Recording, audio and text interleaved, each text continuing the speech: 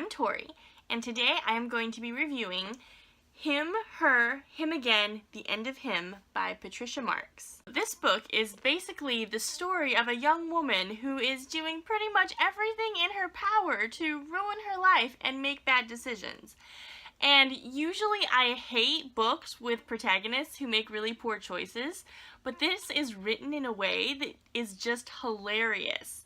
It's written from the point of view of the main character looking at herself and saying, oh my gosh, I made the worst decision ever.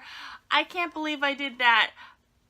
What was I thinking? When this starts, our main character is a grad student who has just moved to England to attend Cambridge University. And she is writing a thesis that is so long and complicated and whose title changes so often that she can't even remember what her thesis's title is. When she gets to school, she meets a guy named Eugene who basically has no redeeming qualities whatsoever. He is basically the worst person you have ever heard of.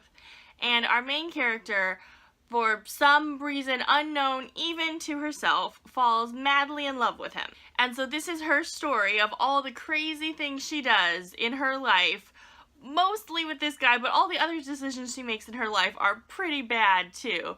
And it's just a hilarious romp through all the things that she's doing wrong, trying to figure out her life and become an adult and figure out what she's doing. So basically what makes this book special isn't the plot, because if you just summarize the plot, it's fairly nondescript and not a whole lot of interesting stuff happens throughout the book.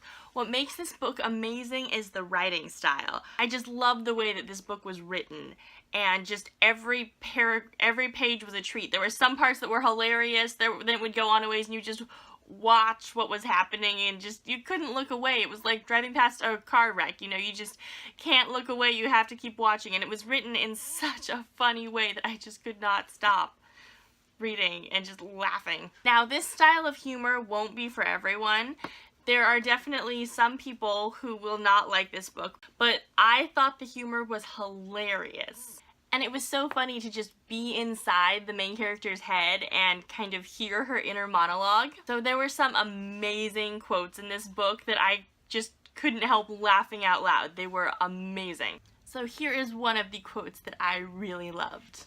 Thinking about this made me smile, which made me worry that Eugene would think that I had softened toward him, which made me unsmile.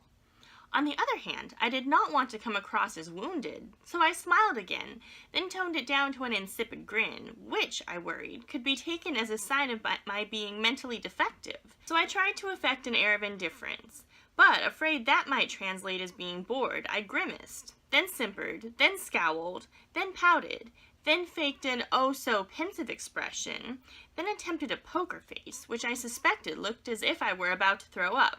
So I settled on a show of resignation until finally returning to the smile.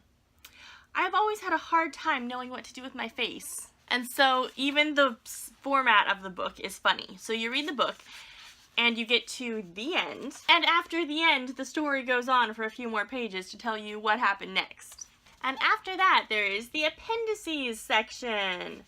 So you get to see kind of postcards written to the author by her friends and family about turning this experience into a book. There's all this other stuff, what she did to get on various TV shows. There are different interviews with the author and her mother.